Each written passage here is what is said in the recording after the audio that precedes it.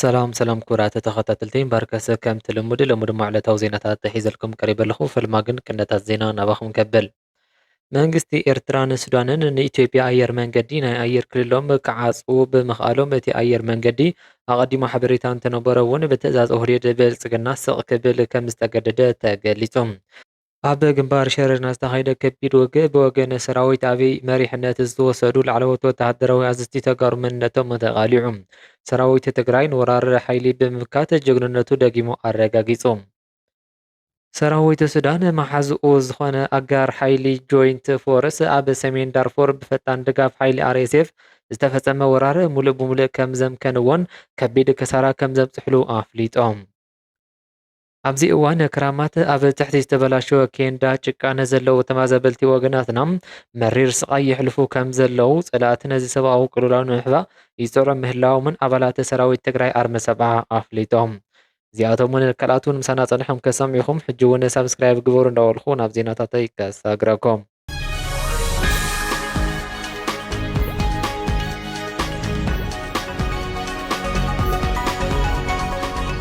እዋኑ ክራማት ብምዃኑ ዝናብ ንኹሉ በረኸት ክኸውን ከሎም ነቶም ኣብ ትሕቲ ዝተበላሸወ ኬንዳ ንጭቃን ዝተዓቐቡ ተመዛበልቲ ወገናትና ግን መሪር ስቓይን ናይ ምንባር ስጋት ኮይንዎም ይርከብ እዚ ዘሕዝን ጥራሕ ዘይኮነስ ንምእማን እውን ዝኸብድ ናብራ ኣሕዋትናን ኣሓትናን እዮም ሕልና ዘለዎ ኩሉ ክሪኦ ክፈልጦ ዝግባእ ዘስካሕክሕ ሓቂ ምዃኑ ንምፍላጥ ተኻኢሉሎም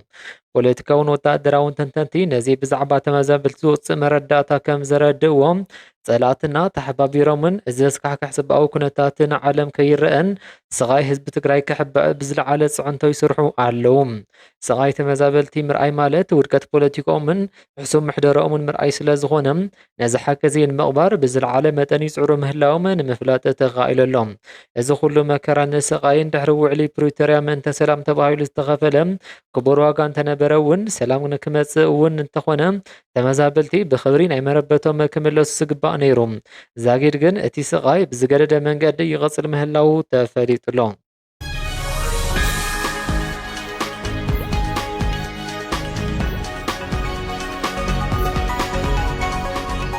መንግስቲ ኢትዮጵያን ሱዳንን ናይ ኢትዮጵያ መንገዲ ኣየር ናይ ኣየር ክልሎም ሙሉእ ብምሉእ ዕፁብ ከም ዝገበሩ ንምፍላጥ ተኻኢሉ እዚ ብወገን ኤርትራን ሱዳንን ዝተወሰደ ናይ ኣየር ክልከላ ምዕፃው ስጉምቲ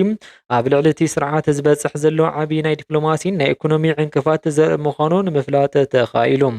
ፖለቲካውን ኢኮኖሚያውን ተንተንቲ ነዚ ብዛዕባ ናይ ኣየር ክልል ምዕፃው መረዳእታ ብዕምቆት ከም ዘረድእዎም ናይ ኢትዮጵያ ናይ ኣየር መንገዲ ነዚ ናይ ኣየር ክልከላ ምዕፃው ውሳነ ቀዲሙ ዝረኸቦ ዝፈልጦን ሓበሬታ እንተነበረ እውን ካብ ናይ ኦህዴድ ብልፅግና ኣመራርሓ ብዝተመሓላለፈሉ ፅኑዕ ትእዛዝ ምክንያት ነቲ ሓበሬታ ካብ ህዝብን ካብ መንገደኛታትን ተሓቢኦም ስቕ ክብል ከም ዝተገደደ ንምፍላጥ ተኻኢሉ እዚ ናይ ብልፅግና ስርዓት ዝገብሮ ናይ ሓበሬታ ምሕባእ ስራሕ እቲ ኣየር መንገዲ ኣብ ከቢድ ናይ ፋይናንስን ናይ መስመር ምዝባዕ ፀገም ኣብ ዝወደቐሉ እዋን እውን ሳይንሳዊ ፍታሕ ካብ ምድላይ ናይ ፖለቲካ መዋፅኦ ንምፍጣር ዝጥቀመሉ ዘሎ ሕሱም መደብ ምዃኑ ንምፍላጥ ተኻኢሎም መንገዲ ኣየር ኢትዮጵያ ብኤርትራን ብሱዳንን ገይሩ ኣብ ዝሓፀረ እዋን ውሕድ ናይ ነዳዲ ወፃእን ኣብ ዝደለዩ ታርጌት ዓዲ ንምብፃሕ ዝጥቀመሉ ዝነበረ ናይ ኣየር ክልል ኣገልግሎት ብምዕፃው ምክንያት ሕጂ ኣብ ከቢድ ናይ ኢኮኖሚ ፀገምን ናይ መስመር ምዝባዕ ወዲቑ ምህላው ንምፍላጥ ተኻኢሉ ፖለቲካውን ኢኮኖሚያውን ተንተንቲ ነዚ ብዛዕባ ናይ ኣየር ክልል ምዕፃው ዘስዕቦ ሳዕቤነ ብዕምቆት ከም ዘረድእዎ እንተኮይኖም እቲ ኣየር መንገዲ ነቶም ናይ ሱዳንን ኤርትራ መስመራት ንምስጋር ተገዲዱ ነዊሕን ኣዞሪትን ናይ ኣየር መስመራት ብምጥቃሙ ምክንያት ናይ ነዳዲ ብኽነትን ናይ ሰዓታት ምድምጓይ ናይ ክንክን ወፃኢ ወሰኽ ናይ ኣቪዬሽን ፋይናንስ ቅልውላው የጋጥሞ ምህላው ንምፍላጥ ተኻኢሉሎም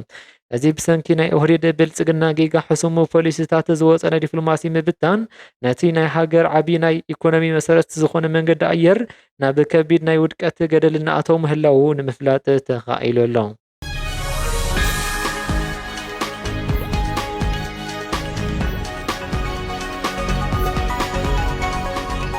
ኣብዚ ሕጂ እዋን ካብ ውሽጣዊ ናይ ድሕንነት ናይ ግንባር ወተሃደራት ምንጭታት ብዘራኸብናዮ ዝተረጋገፀ ሓበሬታ መሰረት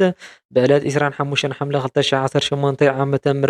ኣብ ግንባር ሽረ ናብ ዝተወልዐ ከቢድ ናይ ምምካቱ ግን ብወገን ናይ ኣብዪ ኣሕመድ ሰራዊት ላዕለዎት ወተሃደራዊ ኣዘዝቲ ኮይኖም ነቲ ናይ ወራር ውግእ ብዋናነት ዝመርሕዎ ዝነበሩ ካብ ትግራይ ዝተወለዱ ወተሃደራት መራሕቲ መንነቶም ዝተፈላለዩ ዝርዝር ሓበሬታ ምልቃቑን ምፍላጥ ተኻኢሉሎም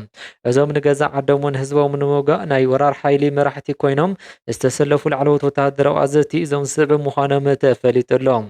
ሜጀር ጀነራል ኣማረ ባህታ ሙሉማንጅስ ናይ ምዕራብ እዚ ዋና ኣዛዚ ተወላዲ ዓዱ ጎሹም ኮሎኔል ተካፍ ተፈራ ናይ 402 ኮር ምክትል ኣዛዚ ተወላዲ ሳምረ ኮሎኔል ምሕረት ኣብ ናይ 54 ክፍለ ጦር ምክትል ኣዛዚ ተወላዲ ዓድዋም ኮሎኔል ጨርቆስ ናይ 24 ክፍለ ጦር ምክትል ኣዛዚ ተወላዲ ሓውዝየን ኮሎኔል ወላይ ናይ 31ኛ ክፍለ ጦር ኣዛዚ ተወላዲ ፍረወይኒ ኣባል ኮማንዶ ዝነበረ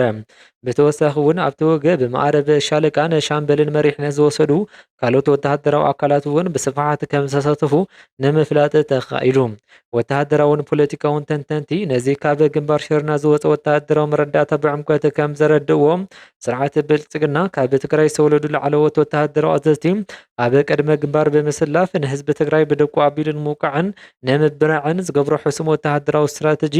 ኣብ ቅድሚ እቲ ሓያል ናይ ሰራዊት ትግራይ ንምምካት መጥቃዕቲ ሙሉእ ብሙሉእ ክብተን ተገይሩሎም እዞም ንስልጣን ፃምእን ንውልቃዊ ረብሓ ክብሉ ዓዶም ዝወጉ ዘለዉ ወተሃደራት ኣዘዝቲ ዘካይድዎ ናይ ወራር ፈተነ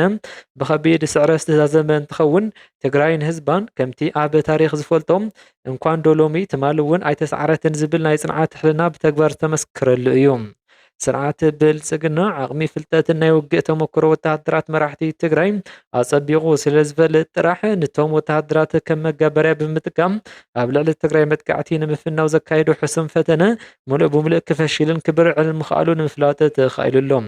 እቲ ስርዓት ብዓቕሚ መራሕቲ ተጋሩ ኣቢሉ ንሰራዊት ንምምራሕ እንተፈተነ እውን እቲ ብስርዓት ኣብዪ ኣሕመድ ዝምራሕ ኣምባኽ ሰራዊት 10 ግዜ ናይ መሪሕነት ዓቕሚ ዘለዎም ኣዘዝቲ እንተሃለዎ እውን ናይ ምውጋእ ውሽጣዊ መንፈስ ምኽንያት ስለ ዘይብሉ ኣብ ቅድመ ግንባር ክፈረስን ክብተንን ምጅማሩ ንምፍላጥ ተኻኢሉ ወተሃደራውን ፖለቲካውን ተንተንቲ ነዚ ኣብ ግንባር ዝተረኣየ ናይ ሓይሊ ምዝባዕ ብዕምቆት እንዳተኣምንሉ ዝገልጾ ዋና ምክንያት ድማ እቲ ሓያልን ጀግናን ሰራዊት ትግራይን መላእ ህዝቢ ትግራይን ንመሬቱ ንመንነቱ ንመጻኢ ወለዶ ህላውኑ ኢሉ ዝቃለስ ዘሎ ብምዃኑ እዩ ምስ መሪሕነቱ ብጽኑዕ ሰሚሩን ሰጢሙን ብምስጓም ነቲ ወራሪ ሓይሊ ስዒሩ ከም ዝወፅእ ዘጠራጥር ኣይኮነን እዚ ናይ ኣብዪ ኣሕመድ ነተጋሩ መደቀስን መጋበርያን ንምግባር ዝጥቀመሉ ናይ ሽርሒ ስትራተጂ ተቓሊዑ ኣብ መሬት ምፍሻሉ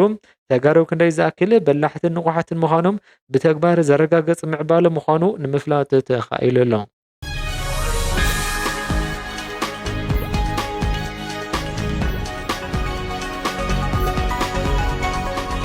ሰራዊት ሱዳን መሓዝኡ ዝኾነ ኣጋር ሓይሊ ጆይንት ፎርስ ኣብ ሰሜን ዳርፉር ፍሉይ ስትራቴጂካዊ ቦታታት